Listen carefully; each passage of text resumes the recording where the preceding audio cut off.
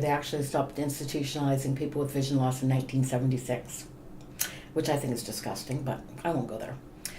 But being kind of independent and being raised very independent, this really bothered me. And I began to do presentations and volunteer at CNIB. I actually went to CNIB to be an ambassador, but after telling one of the mothers who wouldn't let her daughter with vision loss use a cane because it was embarrassing, that she was just, condoning the discrimination that people with vision loss have. And she was complaining about having to take her daughter to the emergency room all the time because she fell. And I got very upset with her. And so they said I might make a better advocate than an ambassador. I don't know why. But I started giving presentations all over the place to, Lions and Rotary clubs and Boys and Girls and Brownies, Boy Scouts, different churches, Lady Masons. That's a lot of fun. Schools, all kinds of places. I even gave a couple of presentations to a group that helps children that have been in detention, or that may be going into, I shouldn't say children, I should say young adults that have been coming out of detention or going in to help. And they were a tough group, let me tell you. And they wanted nothing to do with what I had to say. Until I finally told them I'd had enough of their shit. They were going to sit down and listen. If I could make it all the way out, they kind of went, oh, wow, like, the old woman swore. And after that, it was great.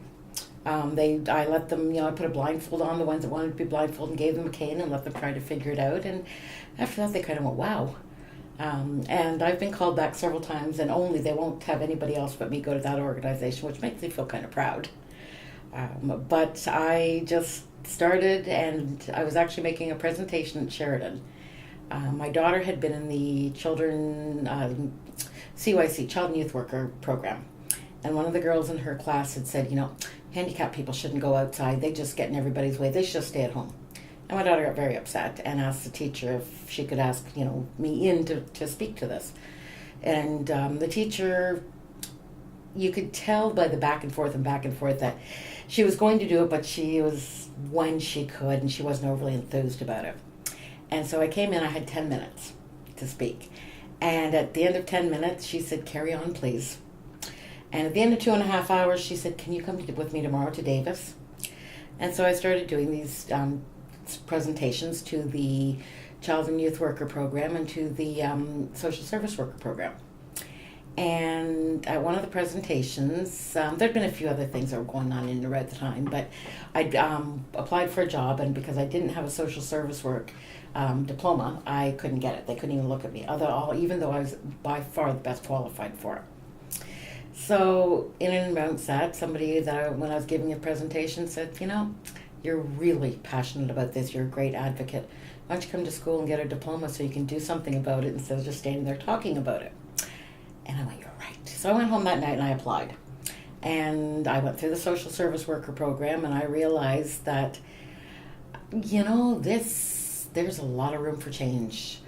I learned about the duties to accommodate and AOTA, the Accessibility for Ontarians with Disabilities Act, and the lack of knowledge that most people have of these things.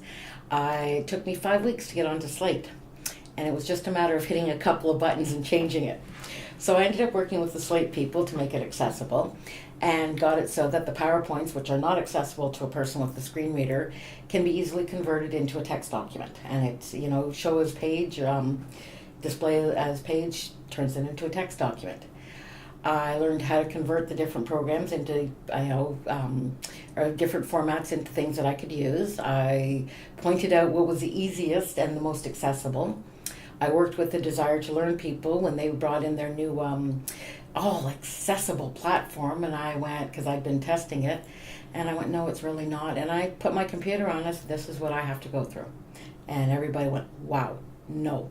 And by the time I got home that day, they'd already made it back to the office and made the changes to it that made it a lot easier to access and to get around. I know when I applied for the paralegal program, I should say I graduated with honors from the social service work program in April. Very proud of myself for that. And believe me, when I heard my name on that and walk across that stage, which I did by myself, I might have run into Hazel McCallion, but I didn't knock her down, so it's all good.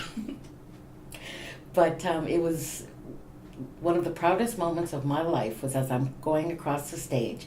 And, I could tell I was becoming more and more visible to people because there are more and more people clapping. At first I could hear my family, and then all of a sudden it's like, oh, and they had, of course, announced, with honors,